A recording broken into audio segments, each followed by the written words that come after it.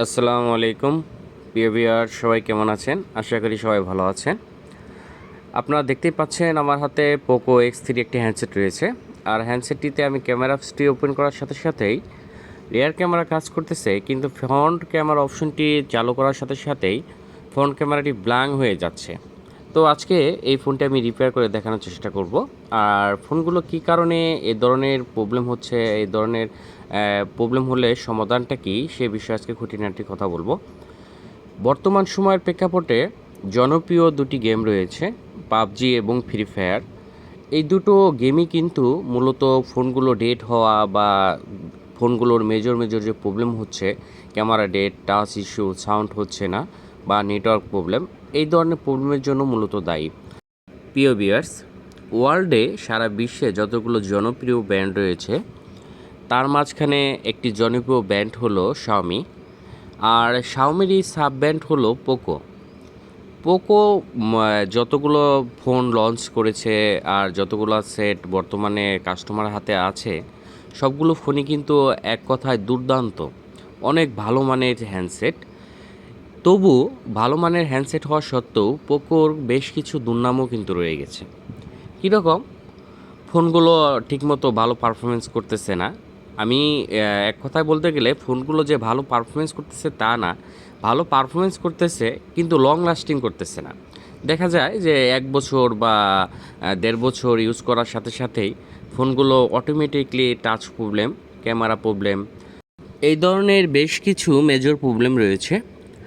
আর এই মেজর প্রবলেমের জন্য মূলত প্রথম স্টেপে আমি দায়ী যাকে বলবো সেটি হলো শাওমির সফটওয়্যার। শাওমি ব্র্যান্ডের হ্যান্ডসেটগুলোর বিল্ড কোয়ালিটি, মাদারবোর্ড এক কথায় বলতে গেলে অসাধারণ। আমি একজন টেকনিশিয়ান হিসাবে বলবো যে আমি যতগুলো ফোন রিপেয়ার করি তার মধ্যে সবচেয়ে কমফোর্ট ফিল করি শাওমির মাদারবোর্ড দেখে, কারণ শাওমির মাদারবোর্ডগুলো এত সুন্দর গোছালো। আর সবচেয়ে বড় কথা হলো স্ন্যাপড্রাগনের সবচেয়ে হাই কনফিগারেশনের যে প্রসেসরগুলো রয়েছে, সেই কনফিগারেশনের প্রসেসরগুলো দিয়েই কিন্তু মূলত শাওমি পোকো ব্র্যান্ডের যে হ্যান্ডসেটগুলো রয়েছে সেগুলো প্রস্তুত করা হচ্ছে। তবু শুধু একটি ফোন রানিং করার ক্ষেত্রে শুধু বিল কোয়ালিটি দেখলেই চলে না। সে হ্যান্ডসেটটি মূলত অপারেটিং সিস্টেমটি যদি ভালো না থাকে, আর অপারেটিং সিস্টেমটি যদি বাগসে ভর্তি থাকে, তাহলে কিন্তু সেই অপারেটিং সিস্টেমের কারণে সিপিইউটি প্রচুর পরিমাণে উত্তাপ হবে বা হিটিং হবে। আর যার কারণে সিপিইউর নিচের যে লেগসগুলো রয়েছে সেগুলো বিচ্ছিন্ন হয়ে যেতে পারে। আর fingerprint, camera problem, touch problem, এ ধরনের প্রবলেম দেখা দিতে পারে। এই মুহূর্তে আপনাদের মনে একটি প্রশ্ন জাগতে পারে, যদি সফটওয়্যারের জন্য ফোনগুলো প্রবলেম হচ্ছে, তাহলে আমি ভিডিওর শুরুতেই কেন দুটো গেমসকে দায়ী করলাম? হ্যাঁ বন্ধুরা, দুটো গেমসকে দায়ী করার পিছনে বেশ কিছু যুক্তিসঙ্গত কারণ রয়েছে। সেই যুক্তিসঙ্গত কারণ নিয়ে আমি ডিটেলসে আপনাদেরকে বোঝানোর চেষ্টা করব। আপনারা ভিডিওটি অবশ্যই স্কিপ না করে দেখতে থাকুন, তাহলেই বিষয়টি আপনাদের মাঝে একদম ক্লিয়ার হয়ে যাবে।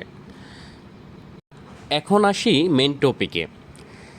শাওমি ব্র্যান্ডের হ্যান্ডসেটগুলোর যে সফটওয়্যার প্রবলেম বা সফটওয়্যার বিভিন্ন বাক্সে ভর্তি, যার কারণে ফোনগুলোর যখন আমরা অপারেটিং সিস্টেম ওপেন করে ফোনগুলো বিভিন্ন অ্যাপস রান করি, ঠিক সেই সময়ে আমাদের হ্যান্ডসেটে যে মেন পার্ট, যেটিকে আমরা সিপিইউ বলে ধরে থাকি, সেই সিপিইউটি প্রচুর পরিমাণে হিটিং উৎপন্ন হয়।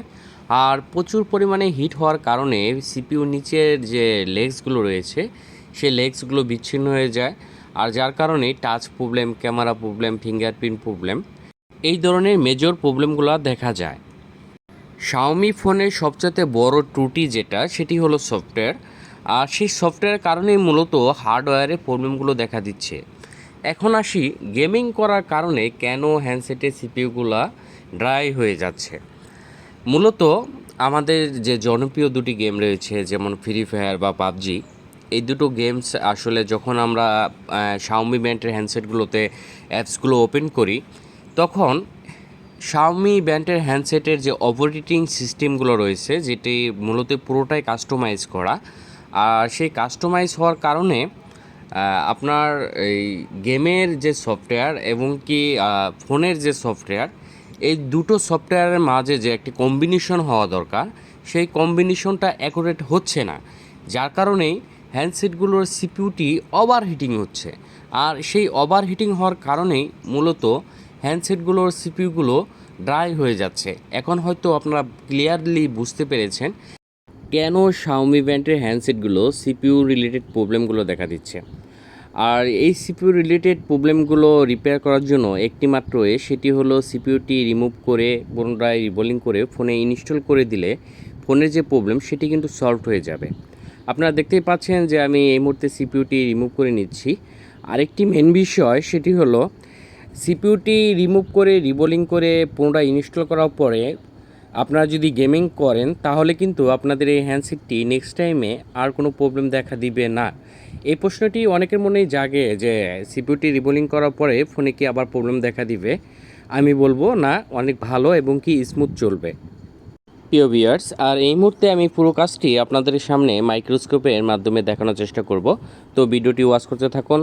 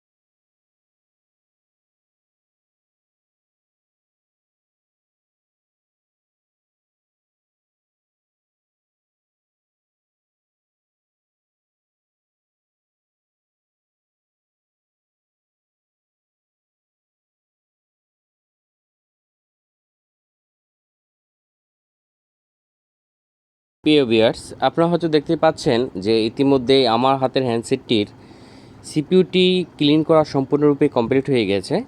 আর সিপিইউ রিমুভ করা বা ক্লিন করাটা কিন্তু এত সহজ কাজ না, এটি অ্যাডভান্স লেভেলের একটি কাজ।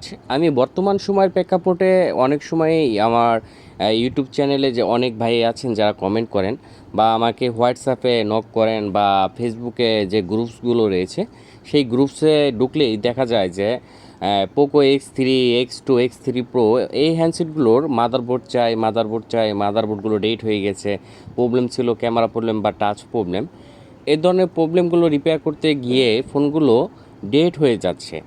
আর আপনারা হয়তো জেনে থাকবেন যে আমি সবসময় বলে থাকি যে আমার ইউটিউব চ্যানেলে সর্বপ্রথম ওয়ার্ল্ড ফার্স্ট পোকো X2 যে টাচ রিলেটেড যে ভিডিও সেটি কিন্তু আমার ইউটিউব চ্যানেল থেকে আপলোড করা।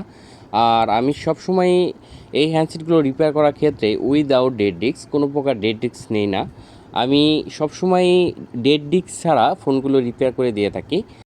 আপনার প্রিয় হ্যান্ডসেটটি যদি সিপিইউ রিলেটেড প্রবলেম হয়ে থাকে আর আপনার প্রিয় হ্যান্ডসেটটি যদি উইদাউট ডেড ডিস্ক ছাড়া রিপেয়ার করতে চান তাহলে আমার সাথে যোগাযোগ করতে পারেন। আমি ডেসক্রিপশন লিঙ্কে আমার কন্ট্যাক্ট নাম্বারটি দিয়ে দিব। আর এই মুহূর্তে আমি হ্যান্ডসেটটির সিপিইউটি মাদারবোর্ডের সাথে ইনস্টল করতেছি। ইনস্টল হয়ে গেলে আমি দেখব আমার হ্যান্ডসেটটি যে প্রবলেমটি ছিল ফ্রন্ট ক্যামেরা প্রবলেম, সেই প্রবলেমটি ইনশাল্লাহ সলভ হয়ে যাবে। আর আপনাদেরকেও আমি দেখিয়ে দিব যে আসলে মূলত পোকো বা শাওমি ব্র্যান্ডের যে হ্যান্ডসেটগুলো রয়েছে সেগুলো যদি টাচ এবং কি ক্যামেরা ফিঙ্গারপ্রিন্ট প্রবলেম হয়, একটি মাত্র ওয়ে রয়েছে, সেটি হলো সিপিইউটি রিবোলিং করে পুনরায় ইনস্টল করে মাদারবোর্ডের সাথে কমপ্লিটলিভাবে লাগিয়ে দিলেই কিন্তু ফোনগুলোর যে প্রবলেম সেগুলো কিন্তু সলভ হয়ে যাবে।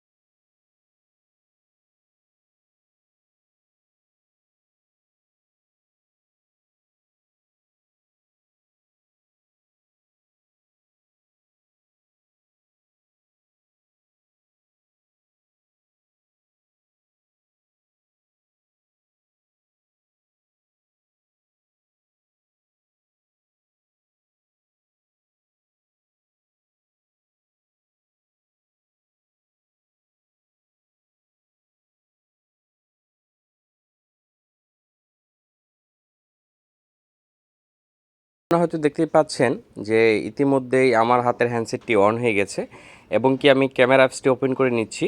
আপনারা হয়তো দেখতেই পাচ্ছেন যে আমার হাতের হ্যান্ডসেটটি যে প্রবলেমটি ছিল, ফ্রন্ট ক্যামেরা প্রবলেম, সেটি কিন্তু সলভ হয়ে গেছে উইদাউট ডেড রিস্ক। তো সবাই ভালো থাকবেন, সুস্থ থাকবেন। নেক্সটে আবারও কিন্তু সুন্দর একটি ভিডিও নিয়ে হাজির হয়ে যাব। আল্লাহ হাফেজ।